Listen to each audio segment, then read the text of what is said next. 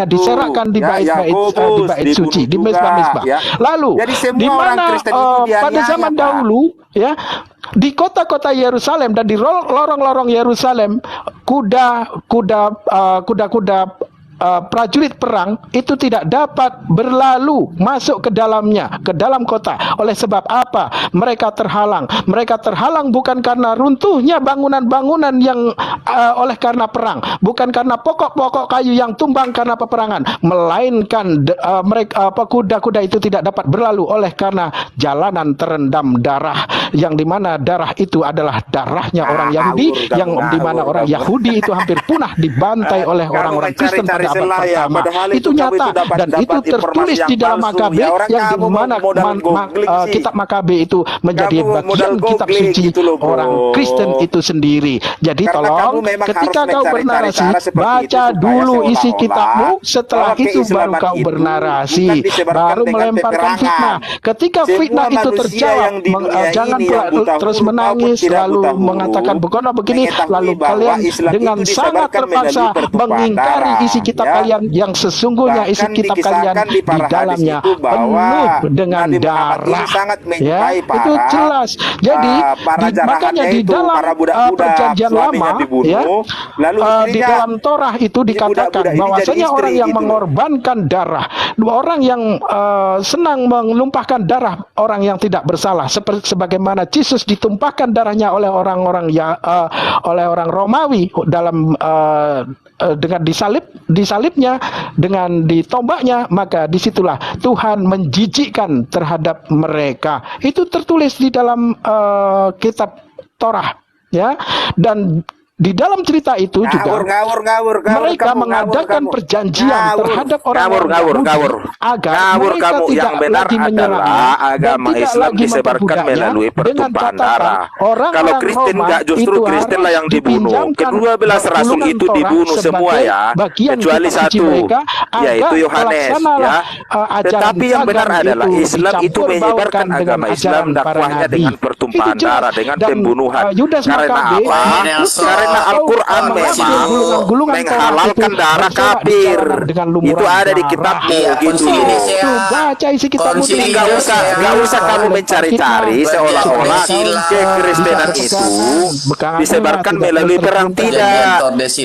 Agama di dunia ini adalah agama yang menyebarkan agamanya dengan peperangan dan darah adalah Islam. Dan Al-Quran itu jelas mengatakan di sana, perangilah orang-orang kafir, karena memang Allah Subhanahu wa taala menyuruh kamu memerangi kafir gitu loh. Kamu cari di Alkitab tidak ada istilah Kristen membantai yang tidak Kristen, tidak ada. Justru orang Kristen lah yang dianiaya. Jadi kamu gak usah malu lah, agamamu itu agama perang. Memang agama Islam agama perang kok dulunya, dari mulai Nabi sampai para khalifah. Jangan menangis. Itu sudah fakta sejarah. Gak usah memparalel-paralelkan kamu, Musa. Aduh. Jangan menangis. Pegangan yang kuat, pegangan yang kuat. Siapa? Fakta sejarah bahwa Muhammad itu adalah pemimpin perang ya, yang membunuh para laki-laki lalu menjadikan para istri yang sudah dibunuh itu jadi istrinya. Gitu loh. Perjanjian Tordesillas, perjanjian Saragossa dan Konpe 13 itu mereka sama mereka bunuh-bunuhan. Dan itu apa? Karena Yesus yang nyuruh. Karena apa? Aku datang bukan membawa damai tapi membawa pedang. Makanya mereka saling bunuh-bunuhan. Ada tertulis di mana? Di Konsili Nicea pertama, kedua sampai ke-12. Nah, tidak ada sumber-sumber Kristen yang mengatakan bahwa ajaran agama Kristen itu disebarkan melalui perang. Tidak ada. Tetapi yang benar ada Nabi Muhammad lah yang menyebarkan agama Islam dengan peperangan, dengan darah, dan mengambil keuntungan dari peperangan itu, mengenjara semua harta jarahannya, lalu menjadikan istri para budak-budaknya sesuai dengan kemauannya. Itu yang benar. Apakah itu akhlak yang mau kita terima, yang kita tiru? Abad pertama pun demikian. Bukan membawa damai. Tidak ada relevansinya. Tidak ada. Tuhannya digugat. Tidak ada. Tuh, Tuhannya digugat tuh sama Kamu tadi tidak bisa menjawab pertanyaan saya. Kamu tidak skeptis terhadap bagaimana riwayat nabimu dari sejak kecil sampai besar. Saya patut menduga bahwa dia bertemu dengan orang-orang Yahudi dan Kristen, sehingga dia karena tidak sempurna menerima informasi sehingga bersalahan. Dia mengatakan yang aneh-aneh lah, ada jadi burung lah, bisa menciptakan burung dari tanah liat lah. Itu cerita dongeng-dongeng di abad keempat. Tidak ada di abad pertama mengatakan Yesus menciptakan burung dari tanah liat. Makanya saya mau mengajak kalian semua oleh RT 6 ini, mengajak kalian supaya skeptis. Jangan karena dia mengklaim ini adalah wahyu Allah lalu kalian telan bulat-bulat. Lia Eden, dengar. Lia Eden juga mengklaim dia menerima wahyu. Kenapa kamu tidak percaya? Kalau mengklaim saya juga bisa. Digugat sama dia, bayangin tuh, Martin Luther 95 nota. Kamu tidak menjawab pertanyaan saya bahwa kamu tidak bisa menunjukkan secara komplit riwayat nabimu, mulai dari kecil sampai dia ditakbirkan menjadi seorang nabi. Kamu tidak bisa menunjukkan. Kamu tidak bisa menunjukkan. Dugaan saya sangat patut bahwa Muhammad itu menerima atau pernah mendengar orang-orang Yahudi bercerita tentang Nabi Adam, tentang Nabi Abraham, tentang Nabi Musa. Jadi itu bukan Allah melalui Jibril yang memberikan itu padanya. Dia hanya mendengarkan cerita-cerita yang tidak pernah dia lihat. Tapi dia mendengarkan itu dari orang-orang Yahudi dan orang-orang Kristen. Ya. Siapa yang memerintahkan itu patut diduga karena pada waktu itu banyak orang Yahudi di sana dan banyak orang Kristen di sana.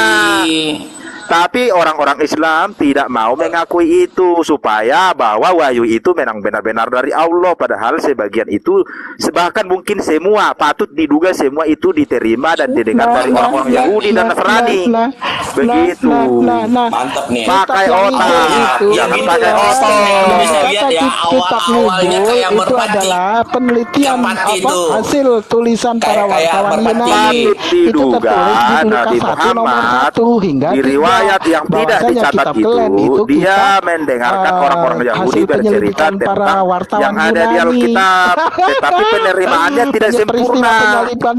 Makanya dia mengatakan jam 12 bahwa di Al-Quran juga tidak ada kata-kata Hawa. Ada nggak di Al-Quran kata Hawa? Nggak ada, karena dia nggak paham, tidak sempurna menerima informasi gitu loh. Patut diduga Nabi Muhammad itu bertemu dengan orang Yahudi dan Nasrani. Tapi sayangnya waktu itu dia bertemu dengan orang Nasrani yang bidat. Bahwasanya ular itu pernah memakan debu. Dia tidak bertemu dengan orang Nasrani yang murni. Dia bertemu dengan orang Yahudi yang setengah-setengah. Makanya dia menerima tentang berita tentang Adam, menerima dan informasi tentang Abraham, menerima tentang Nabi Musa. Itu tidak sama persis dengan yang ada di Taurat, karena dia menerimanya separuh-separuh, karena dia menghafal gitu loh. Tapi kalian tidak pernah skeptis mau mempertanyakan itu. Kalian hanya imani saja. Kalau sudah diakui Nabi ya sudah, aminkan. Kan begitu aja kalian. Imani saja. Kan begitu. Bilang aja lah Nabi adalah yang umi, supaya seolah-olah dia tidak pernah membaca literasi Yahudi. Itu alasan apa ya? Buya Sakur mengatakan saya akan melaporkan kalau ada yang mengatakan Nabi Muhammad itu adalah seorang buta huruf. Itu lulusan Al-Azhar. Nabi seorang buta huruf. Buya Sakur itu adalah profesor ya. Buya Sakur itu profesor Islam yang sekolah di luar negeri. Dia mengatakan siapa yang mengatakan Nabi Muhammad itu buta huruf, saya akan melaporkan Jangan katanya. mendongeng. Panik. Iya, kamu buka aja YouTube-nya, kamu buka YouTube-nya Buya Sakur, kamu buka. Dia mengatakan, siapa yang mengatakan Nabi Muhammad itu buta huruf, panik. supaya membenarkan seolah-olah dia tidak bisa membaca literasi Yahudi. Jangan menangis lah, Ya, jangan menangis. Buya lah. Sakur Jangan menangis, mengatakan jangan akan menangis. dilaporkan Masa begitu aja karena menangis? itu Kalau tidak adalah dapat membuktikan, ya sudah, tidak usah menangis. Dengan penghinaan. cari remis, teriak-teriak. Kalian ya itu kan, merendahkan histeris Nabi semua. kalian, Jangan nanti kau minum ya racun. masa cuman karena Tanda-tanda malu dia akan aja. menyukai bagi Oh orang-orang iya, yang Nabi percaya. Muhammad itu sudah memang pernah Dia akan ketemu dengan berbahasa orang-orang baru. Yahudi. Dia akan mengusir Ya, setan. waktu akan dia meletakkan itu tangannya berjualan, di atas orang berdagang, sakit. dia akan bertemu sembuh. dengan orang Yahudi. Sekalipun Dia minum mendengarkan racun, cerita-cerita dia dongeng tidak akan tentang mendapat celaka. agama Orang Yahudi. Yunani, buktinya Begitu. orang Kristen di Afrika sana. Tapi kalian ya pernah, sudah, imani saja. membuat orang-orang Afrika Imani itu, orang saja, berkulit putih, membuat orang-orang Afrika imani itu saja, mati. imani Mati masa. saja. Karena dipaksa untuk minum racun. Imani yang saja, dimana di sana bro. dikata bahwasanya orang-orang yang percaya Yesus itu Tuhan Imani itu akan saja. tidak akan mendapat celaka. Kamu lawan tuh, kamu lawan Buya Sakur tuh yang mengatakan Nabi Muhammad buta huruf adalah penghinaan. Karena Nabi Muhammad tidak buta huruf. Siapa yang mengatakan Nabi Muhammad buta huruf akan dilaporkan oleh Buya Sakur. Siapa yang mengatakan Nabi Muhammad Siapa yang mengatakan Nabi Muhammad buta huruf yang identik dengan blon, kata beliau, kata Profesor Dr. Buya Sakur akan dilaporkan ke polisi. Oke, mulai ngomong pula gua. yang ya kan yang kepanasan. yang diilhami Roh Dia Kudus. buat narasi dia yang kepanasan. Santai. Gak ada yang bisa jawab. Kalian hanya menerima saja. Kalian tidak skeptis. Makanya Buya Sakur mengatakan kritis Oke, dong. ngomong nggak? Kritis Boleh ngomong dong. nggak? Kalian Boleh tidak mau nggak? kritis, kalian imani boleh aja, ngomong ya nggak? kan? Ya selesai lah Oke. bola-bola. Oke, datanya di mana bahwa Nabi Muhammad pernah ketemu sama orang Yahudi dan orang Yahudi menceritakan, ini gua ada sirah Nabawiyah lengkap. Itu di halaman berapa yang menceritakan bahwa Nabi Muhammad pada kecilnya itu berbicara dengan kepada orang Yahudi di mana? Di halaman berapa, nomor berapa yang diceritakan di dalam sirah Nabawiyah? Justru sirah itu tidak melengkapi semua riwayat tentang Nabi Muhammad. Ya, Ya, itu hanya 1%. Satu 1% saja. bisa nampilkan Sirah data. Nabawiyah itu catatan-catatan tentang risalah Nabi Muhammad dari kelarnya itu cuma 1%, bro. Yang 99% disembunyikan. Ya, yang Sembunyikan siapa? 99% itu disembunyikan. Bahwa Disembunyikan siapa? kamu tidak bisa membuktikan diari Disembunyikan siapa? atau perjalanan Nabi Muhammad sejak kecil dan sampai besar. Kamu tidak bisa menunjukkan itu secara lengkap.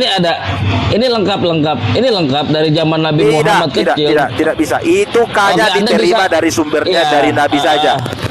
Anda menyatakan sumbernya seperti dari Nabi itu, saja. iya. Anda menyatakan seperti itu di mana referensinya? Ya, itu asumsi yang masuk akal. Itu asumsi Asumsi? yang masuk akal. Kok Itu asumsi? adalah pertanyaan yang masuk akal, bro. Masuk Enggak, akal asumsi. sekali. Lalu di Masuk mana? akal gimana? Di mana riwayat-riwayat yang lain? Masa cuman itu doang? Yang mencatat itu Gini. yang sebagai juru tulisnya, yang Bukan. menjadi juru tulis mulai dia sejak lahir, siapa juru tulisnya? Ayo, siapa juru Gini. tulisnya? Kalau menceritakan Nabi Muhammad itu lengkap oleh dari Ibnu Hisham. Oke? Yakin Ibnu Hisham itu siapa? Ada Ibnu Hisham. Ibnu Hisham itu siapa? Baca sejarahnya, itu adalah seorang sahabat Ibnu Hisham itu. Dia menerima itu informasi dari siapa? Ini dari Nabi. Oke, gini. Ya makanya saya tadi dari awal udah bilang data bahwa semua tentang referensinya riwayat mana? Nabi Muhammad Iya, mana? itu cuma 1%, 90% itu Oke, tidak dengerin, dituliskan. teman-teman. Oke, yang lainnya dengerin. Iya kan aja kata si Nelson ini. Iya, udah. Oke, kita udah jawab ya. Udah jawab. Oke, sekarang Itu kami ngeles. meminta data. Kamu tidak bisa Ya, udah membuktikan. jawab, Makanya udah saya, jawab. Udah makanya dijawab, saya Nelson. patut Udah menduga. dijawab. Udah Iya, dijawab. makanya saya udah kesimpulan dijawab. ya. Saya berkesimpulan ya. Oke, iya, Ya, udah dijawab. biar oke. lanjut diskusinya. Iya, udah Saya dijawab. Kamu mau diskusi berkesimpulan. nggak? Kamu mau Saya diskusi nggak? berkesimpulan. Udah dijawab. Saya Kamu mau diskusi berkesimpulan. nggak? Iya, Nabi udah Muhammad dijawab. itu, Kamu mau diskusi nggak? ya, Udah dijawab. tidak udah, semua ditulis Udah. dari sejak Kenapa kalau mau kecil ditanya sampai balik kamu besar. takut? Yang Kenapa kalau ditulis ditanya itu balik cuma kamu 1%. takut? Bahwa Kenapa patut kamu diduga kalau Nabi ditanya Muhammad balik bertemu takut? dengan orang-orang Kristen dan orang Yahudi, Kenapa? tetapi seolah-olah Kalau mengatakan itu ditanya adalah balik, firman Allah. kamu Padahal takut. itu dia cuma dengar dari orang-orang Kenapa? Yahudi dan orang-orang Kalau mau ditanya Nasrani. balik takut. Tapi dia mengklaim ini Kenapa? adalah firman Allah. Kalau ditanya Ini balik adalah takut. firman Allah. Padahal Oten dia botol. menerima informasi dari orang Yahudi, tolol emang nekat, menerima ditanya dari balik, kenapa orang-orang takut? Nasrani. Iya, kenapa iya? Saya udah Ya, iyakan iya. itu sudah jelas ya. Iya, Jadi iya, yang di iya, Al-Quran iya, itu patut iya, diduga, iya, patut iya, diduga iya. Kamu itu mau diskusi nggak? adalah Kamu kalau nggak izin cerita-cerita saya dongeng bicara, yang saya turunkan. diterima dari orang Didengarin ya, Yahudi 205 dan sebelum saya diterima turunkan ya. dari orang Dia tidak mau Nasrani. diskusi. Kalian Dan cari dia tahu mulutnya dulu rocos terus. riwayat Silakan hidup kau Nabi turun. Muhammad. Udah, Oten. Orang tolol emang nekat. Udah, dia mau ditanya balik takut. Saya udah iyakan. Tanya balik takut. Mulutnya ngerocos kayak perempuan, ngalah-ngalahin aku. Aku dari tadi diem, ya kan? Kalau aku dibikin Jawa, itulah kalau Oten, gak punya ilmu, ya? Mau ditanya balik takut. Dasar. Dugaan loh, masa dugaan gitu. Dugaan berarti saya bisa menduga bahwa Yesus itu sesuatu gitu ya, tanda kutip ya. Itu kan dugaan. Gimana cara membuktikan kita? Bukannya orang yang menjawab yang menjadi apa, ada beban untuk membuktikan, bukan, tapi orang yang menanya mempunyai beban. Kenapa? Dia hanya melakukan praduga. Nah, misalkan praduganya itu dia salah dan dia tidak bisa membuktikan, nah itu bahaya. Itu namanya asas praduga dia.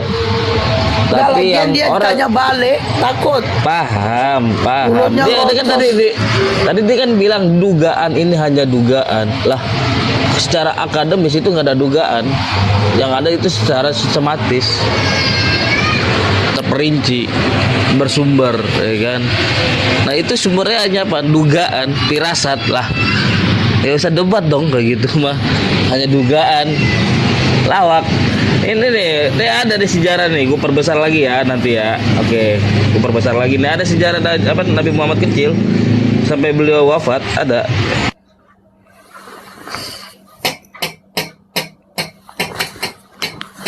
Siapa? Masuklah kau. Waalaikumsalam. Itu pintunya nggak dikunci, udah kebuka. Tadi ada paket.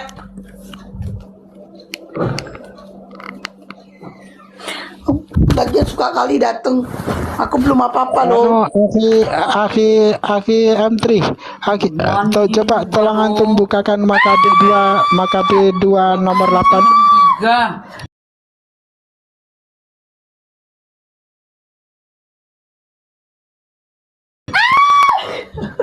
Aku belum apa-apa. Sama Titin loh, Titin itu. Iya, ajak lagi sesekali. Kau bawa apa? Udah selesai? Nggak ada, celanamu lah. Berapa? Ini sepatunya. Apa ini? Sepatu futsal itu. Oh, gratis. Wah, kau kalau ke aku gak ada pernah kau ngasih. Tapi kalau punya aku semua kau minta. Itu anakku yang bayar, Oh, woi. itu anaknya bayar. Pakai apa dirimu? Pakai apa? Giliran punya dia aja lah, gak bisa diminta. Astagfirullahaladzim, itu anakku Enggak. yang beli lah, Kak. Itu anakku yang beli. Tapi ini bukan ori lah, dia kalau ori ada benda-benda. Kalau ori yang 500.000 lah. Yalah, berapa lah itu ya Allah. Kalau yang ada benda-bendanya itu enggak, itu lain. Kalau untuk anak-anak tuh kayak gini aja. Yang ada itunya untuk Aku bapak-bapak. mute loh.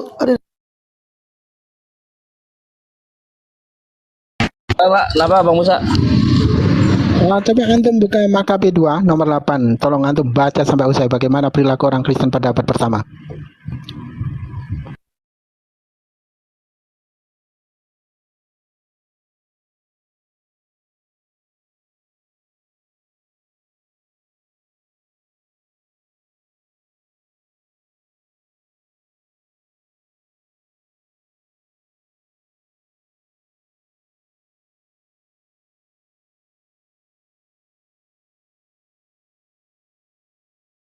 Di Bible aplikasi nggak ada Bang Musa Makabe. Di Google saja Makabe 2 Makabe, terus nomor 8, biar singkat saja. Sebenarnya itu kalau dibaca dari ayat 1 kita dari 1 sampai usai, wah itu luar biasa, mengerikan. Jadi penuh dengan darah. Orang-orang Kristen dahulu itu berlumuran darah tangannya tuh. Jadi kenapa kitab Perjanjian Lama, Torah itu bisa sampai ke tangan orang-orang Kristen?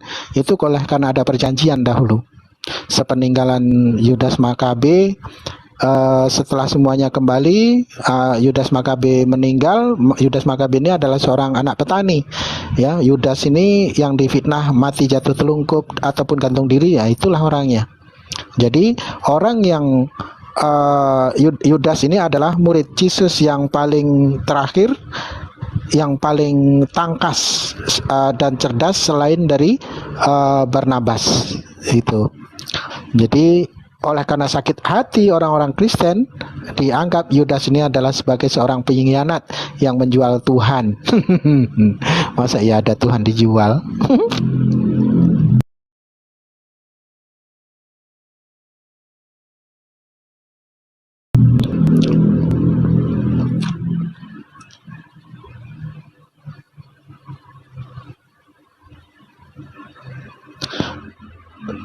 Di nomor 8-nya, nomor 8-nya itu jelas itu. Dan sebenarnya masih banyak sekali yang jelas itu, cuman itu saja dulu.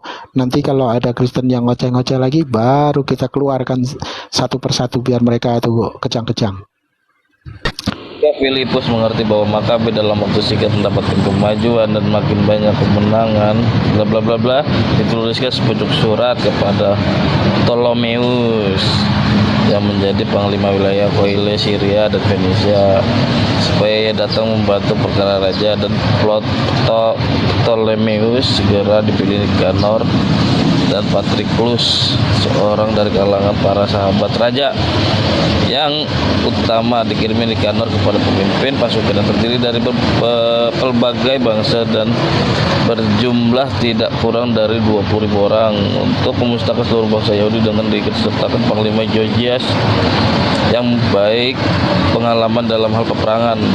Dengan menjual kaum tawanan Yahudi, Nikanor maksud pula melunasi pajak yang harus dibayar sang raja kepada orang-orang Roma, yaitu 2.000 talenta. Segera dikirimkannya beberapa orang ke semua kota di pantai untuk bla bla bla bla bla. Nanti aneh sampai 11 doang. Oke, itu anu saja. Nah, banyak itu sebenarnya itu kalau dibaca sejarahnya itu mengerikan. Banyak, tapi nanti saja. Cukup ini saja kita kasih tahu bagaimana perilaku orang-orang Kristen pada abad pertama, yang dimana mereka katanya adalah orang Kristen itu dianiaya katanya. Bukan, sebaliknya. Mereka membalikkan fakta sejarah. Justru malah orang-orang Kristen pada abad pertama itulah yang barbar karena mereka berkuasa waktu itu, gitu. Masa iya orang Kristen dianiaya sebab orang Kristen sendiri adalah mereka ini adalah orang-orang dari bangsa Romawi yang dekat dengan kekuasaan. Artinya yang menjadikan Yesus itu Tuhan itu adalah para penguasa Romawi dan Yunani, gitu. Ya tidak masuk akal lah, masa ada penjajah dianiaya sama yang dijajah. Itu balik lah, yang menjajah yang membinasakan, yang menganiaya yang dijajah. Yang dijajah di sini orang Yahudi. Nah, dalam cerita ini orang-orang Yahudi berketauhidan, ya, orang-orang yang lurus, orang-orang yang menjaga bait suci dengan benar. Mereka adalah orang-orang yang kalau diceritakan di dalam Al-Quran itu orang-orang yang saleh, orang-orang yang dijamin surganya kala itu. Jadi sebenarnya ya gimana ya, orang Kristen ini kan pandai memang memutarkan balik fakta sejarah itu. Mereka buat-buat sendiri. Jadi Yudas ini bukan pengkhianat. Kenapa dikatakan pengkhianat? Karena mereka sakit hati oleh karena pada masa itu orang-orang Kristen dikalahkan oleh Yudas Makabe, oleh Yudas ini. Yudas dengan semangatnya menyerukan untuk melawan penindasan yang dilakukan oleh orang-orang Kristen pada abad pertama. Maka ketika semuanya itu terbantai, hampir habis orang-orang Yahudi itu, lalu datanglah seorang pemuda anak petani, murid Yesus yang dikata Hawariun. Inilah yang menyerukan bahwasanya para hamba Tuhan yang yang mau menjaga bait suci itu diserukan mempunyai semangat untuk melawan penjajahan kala itu. Nah, mereka kalah. Setelah itu mencetaklah mereka kitab, ya. 80 tahun kemudian mereka mencetak kitab yang dimana kitab itu sebagiannya diambil dari orang-orang Yahudi dengan mengadakan perjanjian sepeninggalan Yudas Makabe, dengan syarat orang-orang Yahudi akan melepaskan orang-orang Romawi akan melepaskan orang-orang Yahudi dari penjajahannya dalam penindasannya, begitu. Nah, namun orang Kristen tetap ingkar janji, sehingga terpenuhilah nubuatan tentang bagaimana Yesus itu mengatakan, sesungguhnya aku berkata kepadamu, tongkat kerajaan surga tidak akan beranjak daripadamu, ya. Sesungguhnya kerajaan surga itu akan diberikan kepada bangsa lain, akan beranjak daripadamu dan akan diberikan kepada bangsa lain, yakni bangsa Kedar. Bangsa Kedar siapa? Yakni orang Arab, keturunan Nabi Ismail. Dengan kepemimpinan Sayyidina Umar bin Khattab, disitulah mereka dapat membebaskan Yerusalem itu dari penjajahan Romawi. Nah, setelah itu orang Yahudi kebalik, orang Yahudi ingkar janji, membuat ingkar kesepakatan karena iri dengki. Setelah itu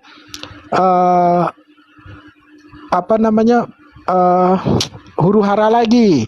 Orang-orang Yahudi ini kan memang senang ingkar janji, sudah ditolong pun tidak tahu diri. Nah, setelah itu dikuasai kembali Yerusalem itu, baru dibebaskan oleh ini setelah sepeninggalan ini siapa yang dikata bahwasanya tentara dinubuatkan oleh Nabi, tentaranya sebaik-baiknya tentara dan pemimpinnya itu adalah sebaik-baiknya pemimpin. Al-Fatih. Tapi siapa akhi? Pan. Siapa namanya? Dipakai kakak. Coba hamba Allah yang di bawah kasih tahu itu. Karena minta permintaan. Mehmet 2 kalau nggak salah dah. Bukan, Al-Fatih kalau tidak salah saya, yang membebaskan Yerusalem untuk kedua kalinya, yang dikata bahwasanya Nabi itu bernubuat. Konstantinopel kan, menaklukkan Konstantinopel. Ya, Al-Fatih itu gelar. Ya, terus kalau nggak salah Mehmet 2 kalau nggak salah itu. Oh, Mehmet 2. Oh. Iya, itulah pokoknya. Dan di situ tidak ada satupun orang-orang Kristen, orang-orang Romawi kala itu, tidak ada satupun yang dibunuhnya setelah mereka menyerah. Bahkan anak-anak diciumnya oleh Al-Fatih ini, oleh tentara-tentara Muslim, dilindungi, mereka dipeluk dan diperbolehkan untuk tinggal selama-lamanya di Yerusalem. Jadi disitulah pembebasan pembebasan penjajahan orang Romawi terhadap orang Yahudi yang kali kedua, begitu. Nah, sekarang orang Yahudi Zionis, mereka kembali lagi menjajah Yerusalem kembali untuk meruntuhkan Al-Quds, yakni untuk membangun Solomon Temple, Temple Solomon, ya. Apa itu, Temple Salomo atau Salomo Temple, lupa saya. Nah, jadi disitulah maka menurut orang Yahudi bahwasanya Mesias itu, ya, yang mereka tunggu-tunggu itu tidak akan turun dari langit kalau semua orang Yahudi belum semuanya berkumpul kembali ke Yerusalem. Karena menurut mereka, keyakinan mereka bahwasanya Yerusalem itu adalah tanah yang dijanjikan oleh Allah bagi mereka. Nah, makanya mereka ngotot ya, untuk membinasakan umat Islam yang ada di Yerusalem, yang ada di Palestina, agar mereka dapat membangun kembali Solomon Temple. Karena disitulah maka mereka sekarang ini ya sudah dari semenjak dahulu kala, kalau dikata Al-Quran itu berkata bahwasanya sesungguhnya orang-orang Yahudi itu mengenal Muhammad seperti mereka mengenal anaknya sendiri. Itu benar. Sebab apa? Mereka orang-orang Yahudi itu sesungguhnya percaya tentang apa yang disampaikan oleh Nabi. Nubuatan-nubuatan itu dipercaya. Perkataan-perkataan Nabi itu mereka percayai. Contoh seperti mereka menanam pohon gorgot, yang dimana pohon gorgot itu adalah pohonnya orang Yahudi yang kelak akan melindungi orang Yahudi. Dan itu orang Yahudi sudah berapa tahun ya, ada mungkin sekitar 20 tahunan mereka sudah mulai ya gencar untuk menanam pohon gorgot, karena pohon gorgot itu adalah pohon yang akan melindungi mereka di akhir zaman, begitu. Nah, terus tentang bagaimana Allah itu dikalahkan oleh Yakub. Yakub bergumul dengan Allah, bergulat dengan Allah, lalu kalah. Itu sesungguhnya hanyalah doktrin orang Yahudi, doktrin orang Yahudi. Kalau hal yang terjadi yang sesungguhnya tidak ada, itu hanyalah doktrin, yang dimana doktrin itu diciptakan supaya orang Yahudi itu semangat, karena mereka mengetahui bahwasanya di akhir zaman dalam peperangan itu kalah.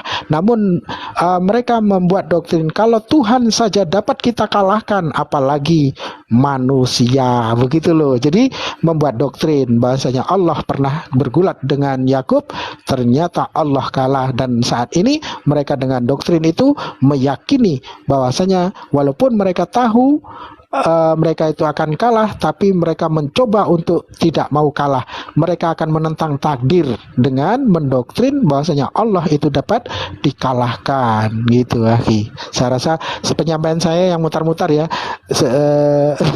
mungkin karena saya kurang saya gagap. Coba kalau orang yang pandai, penyampaiannya pandai, akan lebih jelas untuk disampaikan. Oke, monggo silakan yang lain. Nah, ini tadi menarik gitu, makanya kok sebuah dugaan bisa disampaikan depan publik gitu. Ya, namanya Kristen. Kalau tidak pandai ngarang cerita, ya mesti pandai menipu, kan begitu. Karena wajib pandai ngeles sampai mati, wajib bodoh sampai mati. Itulah mereka, begitu akhi. Silakan. Makanya gitu masih jadi kepirian sebuah dugaan, sebuah firasat, dan firasat dia tidak mempunyai dasar, kok bisa diungkapkan di publik gitu.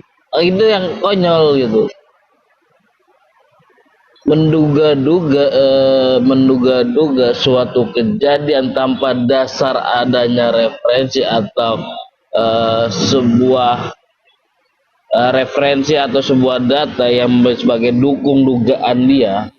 Halo, selamat siang. Selamat siang, Erben. Mana si Musa tadi? Dinaikkan dong. Kenapa, Erben? Saya mau ruqyah dia dulu. Ya, kenapa, Erben?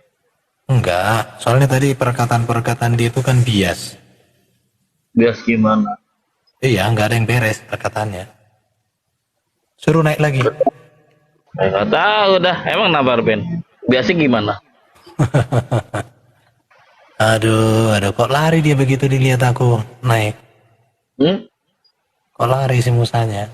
Lari, nggak ada kata lari lah. Aduh, jangan gitu lah. Iya, kenapa, Erben? Ada apa? Ya, jadi apa yang disampaikan si Musa tadi itu bersumber dari kebodohan dia. Suruh naik dia. Enggak, yang kebodohan itu gini, Ben.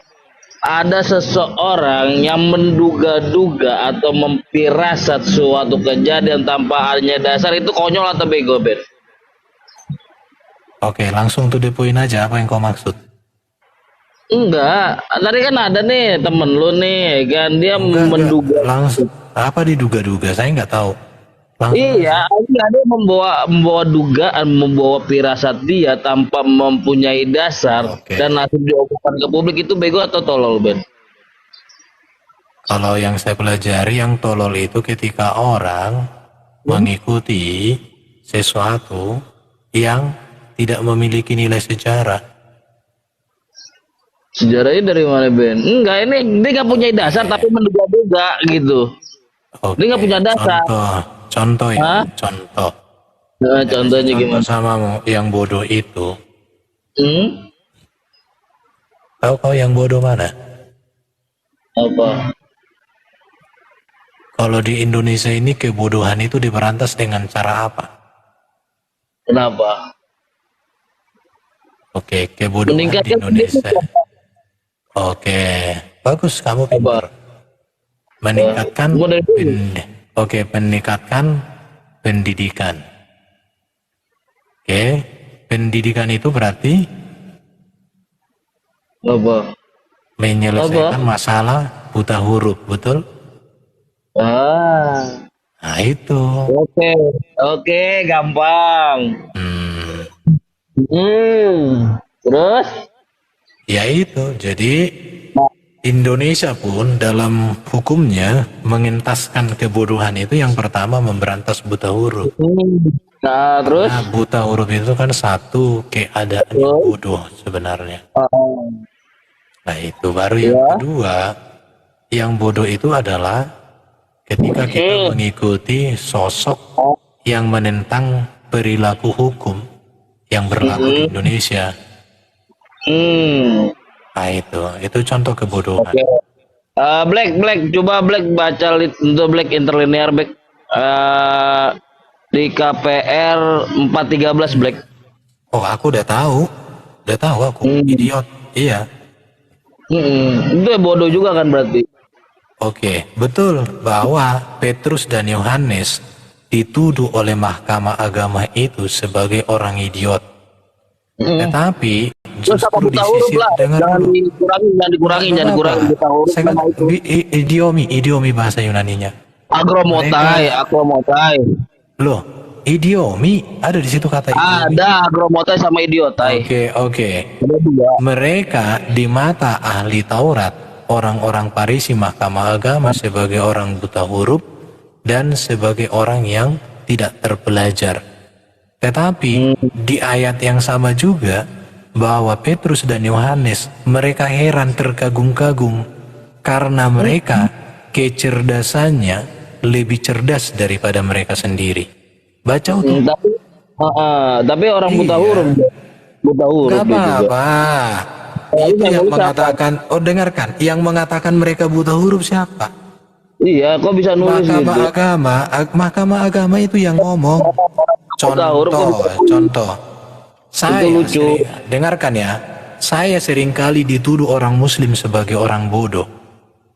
Dan orang-orang lain pun ketika menyampaikan informasi itu, maka dikatakan orang Muslim itu mengatakan bahwa Erben itu orang bodoh. Betul. Tetapi faktanya saya bukan orang bodoh, saya sarjana. Saya berpendidikan. Nah, itu.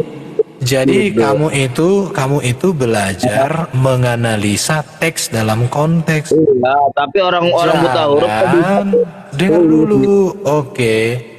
Jadi kalau kamu belajar, kalau kamu membaca, belajar dan membaca dengan baik dan benar. Coba kamu baca di sini itu konteksnya apa itu? Konteksnya kenapa orang Petrus buta huruf bisa nulis yang aneh itu. Loh, orang itu yang buta kan huruf tuduhan. Berarti kamu nggak ngerti tuduhan. Nah, faktanya itu ada fakta mendukung bahwa Petrus dan Yohanes itu nggak buta huruf gitu. Mereka tidak buta huruf. Ya, Artinya itu bantah. Petrus menulis surat Petrus. Nah, itu nulis siapa? Kan gitu. Jadi dengar dulu, makanya kalau orang udah jelasin. Gitu. Oke, saya kasih contoh samamu ya. Saya kasih contoh. Bacaannya Kamu itu pada kenyataannya cerdas. Tetapi oleh orang lain kamu selalu dituduh orang bodoh.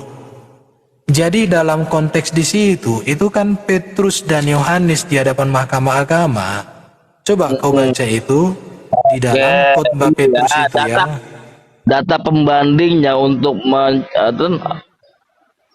menyangkah itu mana gitu. Oh, aduh, baca aja teksnya. Iya, Coba, di mana yang kau maksud?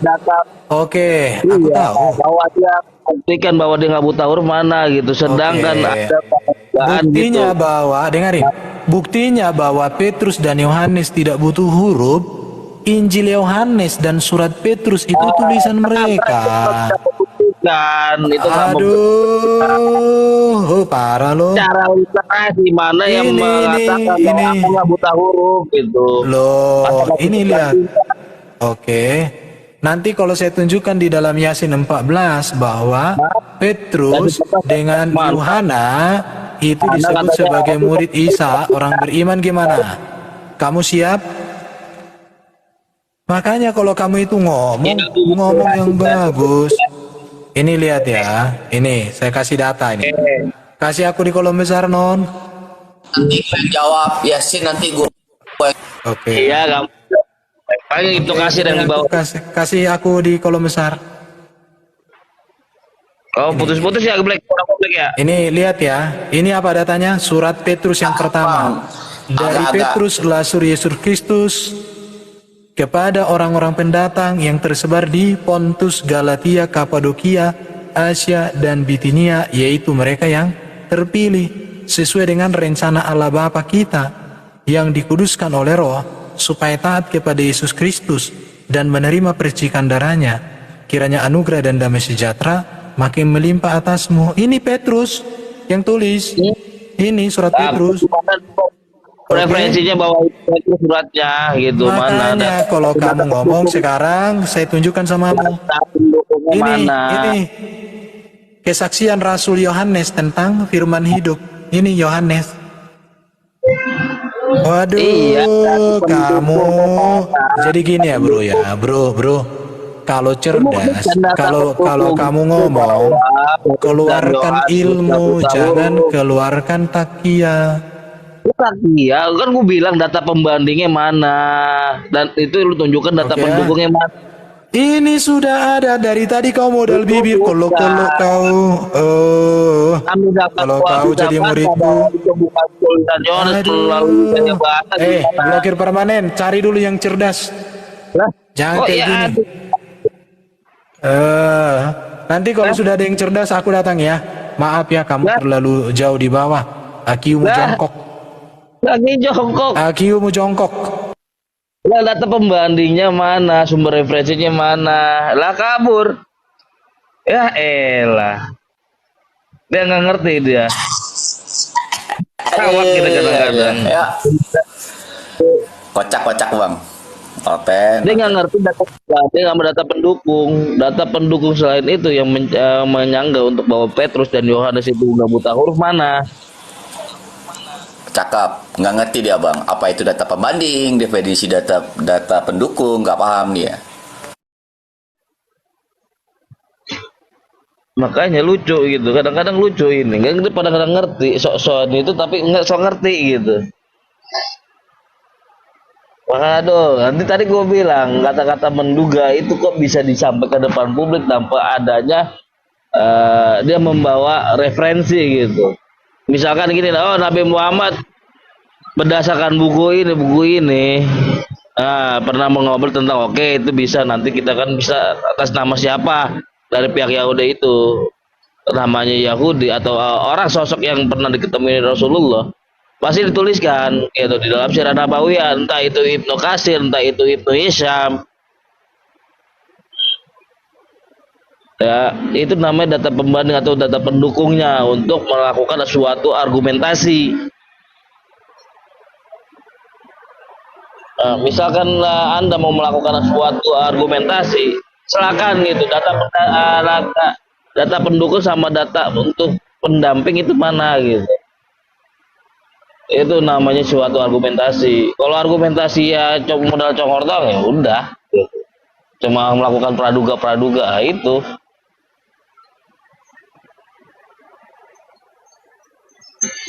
Mereka tuh kadang-kadang black, tuh pada kocak-kocak black. Iya bang, dari dulu isu-isu mulu, isu-isu itu mulu. Gue bilang, aduh, noten, noten. Padahal kita udah yang siapa tuh yang sama Bang Musa tadi di awal-awal. Gue udah paham Bang Oji, dia mau giring nih, dia pasti mau giring nih. Target mereka itu bukan kita di Komal ini bang, tapi Ikhwan Villa, wah, yang kurang kurang hobi membaca lah. Nah itu dia berusaha menggiring ke sana karena kenapa? Gue udah tahu di pertama tuh pertanyaannya itu kayak merpati gitu bang ya, kita tahu lah ya, dia itu kan keturunan ular bludak semua itu. Nah pertama itu ditanya tuh tentang yang mencatatnya udah gue bilang, yang meriwayatkan semua ada di Sirah Nabawiyah, ditulis oleh para sahabat-sahabatnya. Nah ditarik nih ke sebelum dia jadi nabi, gue bilang ya para keluarganya, pamannya, omnya, ininya. Nah, dia maunya bang, maunya nih, dia mau kita kasih waktu untuk khotbah apa? Dia mau menggiring kalau oleh Wasallam itu dulu di waktu masa kecilnya dia mengembala ketemu sama pedagang orang Yahudi yang lagi ke tanah Syam, ya, yang apa mendapatkan cerita tentang Daud, tentang Ibrahim, tentang Nabi Sulaiman dari sana bang. Makanya dia ngotot siapa yang mencatat dari dia kecil. Gue udah bilang ada di Sirah Nabawiyah, bukan dari dongeng yang lu dengar. Nanti kemana bang? Nanti dia ke Abu Sofyan, istrinya ponaan Rasulullah Sallallahu Alaihi Wasallam itu Kristen. Ke sana kita digiring. Nah target dia siapa? Audien nanti. Kebukti kan waktu Bang Musa naik, dibilang lah ini. Dia lupa kalau memang Kristen itu dari Konsili Nicea itu yang ke-912, perjanjian Tordesillas sama Saragossa, udah tahu lah ya dengan 3G-nya itu kan Bang Oji ya. Itu kan dengan darah. Bayangin 95 nota, jangankan manusia digugat, Tuhannya digugat sama dia. Bener nggak Bang Oji? Ada 95 nota Martin Luther kepada Tuhannya. Firman Tuhannya Sebenarnya sih Paus. Itu ke Paus bukan ke itunya. Itu kan makanya kalau tentang si Martin Luther konfliknya sama Katolik kan, makanya secara abad pertengahan itu pembantaian besar pihak Katolik ke pihak orang yang suka protes gitu. Kan hampir 1 juta tapi kan orang. yang protes, tapi kan pemikirannya Martin Luther dimasukin ke kitab dan dijadikan itu ayat yang diamalkan sama mereka sampai sekarang nggak bang? Kalau surat doktrinnya iya. Tapi kalau suratnya sih enggak. Gua itu ya terbuka ya. Doktrin dari Martin Luther bahwa siapapun bisa menafsirkan Bible itu dari Martin Luther.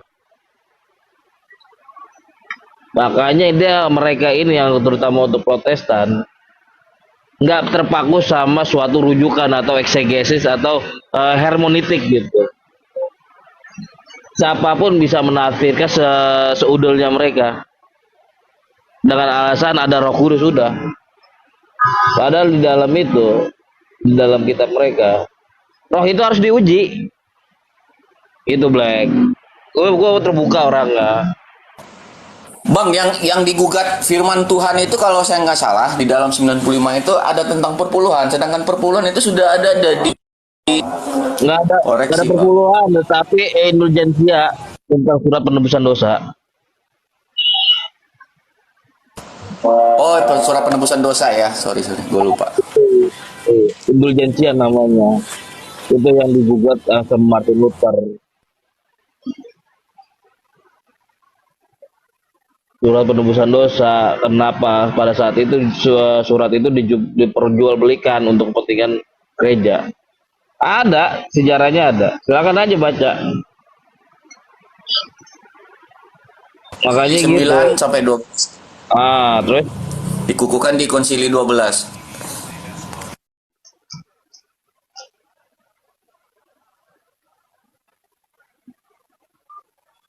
lanjut terus.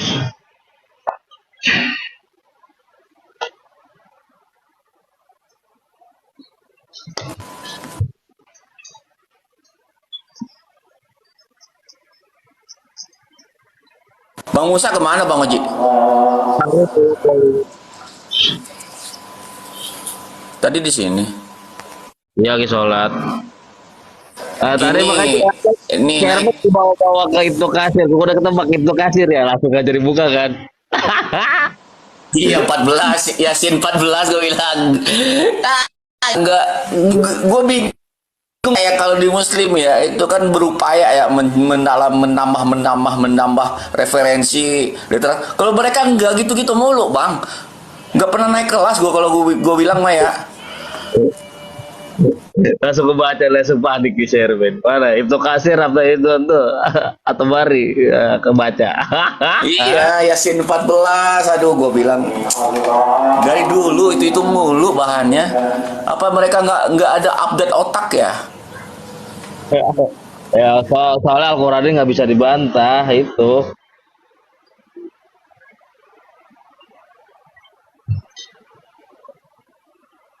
Yang diserang itu paling tafsir, mereka itu paling bisa nyerang tafsir sama hadis maudhu, udah.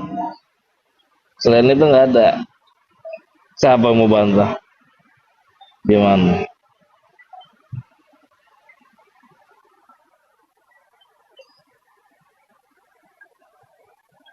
Ayo, naik yuk. Bang Oji, gue nanya, ini kan gue kemarin kan gue ini kan HP gue hang jadi titik. Sekarang kesimpulannya udah 7 hari. Itu 7 hari di TikTok ini Sabtu Minggu dihitung nggak sama mereka ya?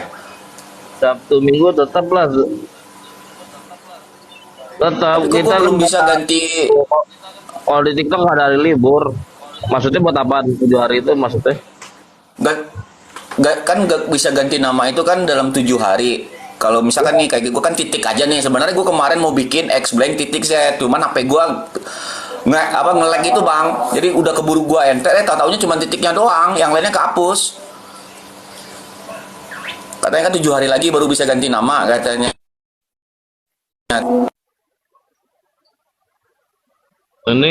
Ini di bawah mau buktiin apa? Kita berdasarkan sumber referensi aja yuk gitu. Data gua pernah di ban 3 hari gara-gara gua nampilin buku yang gue kemarin, Yesus itu mitos.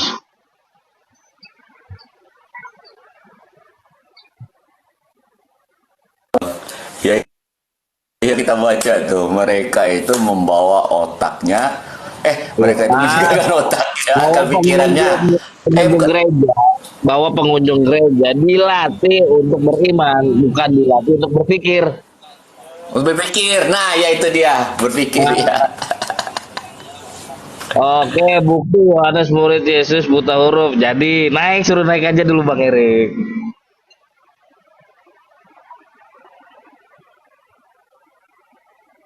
Suruh naik aja Bang Erik. Nanti tuh gue tampilin pakai bahasa asli. Suruh naik aja.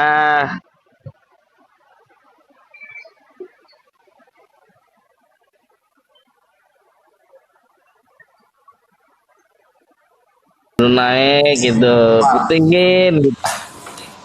Bang, maksudnya ini si Erik Garut ini nanya yang ayat yang tidak terpelajar itu ya? Ya ingat temennya tadi ada OT nanya. Buktiin congan-congan cuma ayo naik. Ini tadi serius. Naik enak aja. Erwin aja kan lebih kicep kan.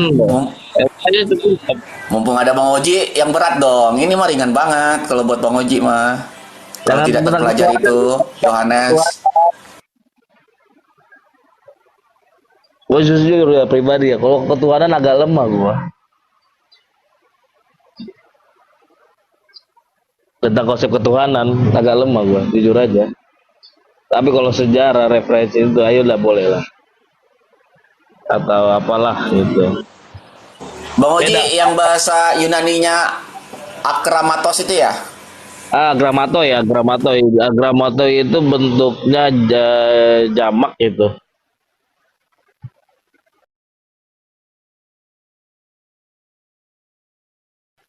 Soalnya pakai oi.